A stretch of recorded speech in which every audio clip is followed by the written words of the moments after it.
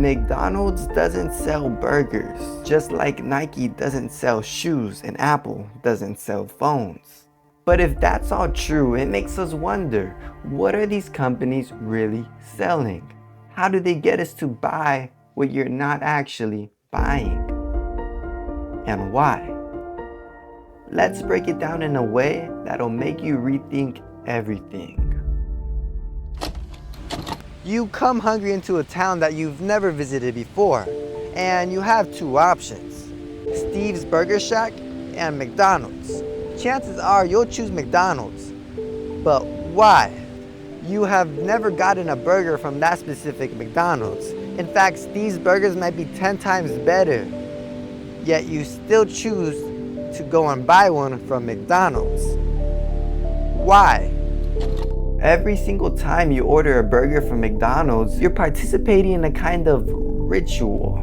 The ritual of consistent branding. This consistency is not just in taste, but the whole experience. The clean, familiar packaging, the recognizable door, and the predictable menu. Your brain craves the familiar, and it's not by accident. Back when we were cavemen, familiarity signaled safety. Seeing the same thing multiple times meant it wasn't harming us. This evolutionary preference for the familiar explains why you chose McDonald's over an unknown burger joint. But if we dig in even deeper, we'll see that McDonald's doesn't just offer a consistent product, it also offers a consistent feeling.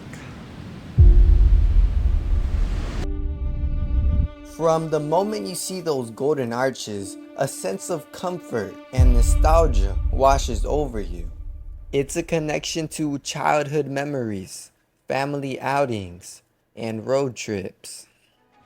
This emotional connection creates a powerful bond between you and the brand, one that goes beyond mere taste. It's the reassurance that no matter where you are, McDonald's is a constant in a world full of variables. One of McDonald's most ingenious marketing strategies is targeting children. By creating a strong association with fun and happiness through Happy Meals, playgrounds, and mascots like Ronald McDonald, they ensure that young customers develop a deep loyalty that can last a lifetime. This early brand recognition and positive feeling often turn into lifelong customers, where they'll grow up eventually and bring their own kids, repeating the cycle. This is further amplified by another marketing strategy, one designed to evoke emotions and memories. Think of the iconic jingle, the familiar red and yellow colors, and the comforting smell of fries. Each experienced while spending time with friends or families or all alone. These elements create a story that's deeply embedded in your mind. It never was just about the food. It was about the story McDonald's has been telling you your entire life. So what does McDonald's really sell? McDonald's sells trust and familiarity. They make you feel comfortable and connected. That's the real secret behind their success. Okay, those strategies bring success to McDonald's, but it wouldn't bring success to Nike. Nike shoes are just shoes. You don't taste them, they're not familiar with one another. So why do you go out of your way to spend triple the price on essentially the exact same thing? It's because of this. A simple swoosh. Alone, it has no actual meaning, but we the consumers assign it that meaning. It's like money. It's just paper, but we perceive it as having value. When you see this swoosh, it triggers thoughts of athleticism, performance, winners, and that's not by accident. In 1970, Nike took a big step by sponsoring their first ever athlete, Steve Prefontaine, who was an Olympic runner. This was just the beginning for Nike. They started sponsoring more and more athletes, reaching out into different sports like basketball and soccer. And as time went on, people started noticing that the best players in that sport were wearing shoes with the Nike Swoosh. It became clear that if you saw that swoosh, you were looking at a winner. This quickly started strengthening the brand that Nikes are worn by winners. They are worn by the top, and who doesn't want to be associated with the best? But Nike's strategy goes even deeper. They use the power of storytelling and ambition. Their ads don't just show shoes. In fact, most of them don't even mention a product. Rather, they show the story of the athlete, the struggles, the triumph, the victory. They create heroes, and in doing so, they make you feel that by wearing Nike, you too can be part of that heroic story. It's about selling a dream, an identity. That is the reason people would spend twice the amount of money on essentially the exact same thing. Not because you're buying the shoe, but because you're buying the values and identity that come associated with it.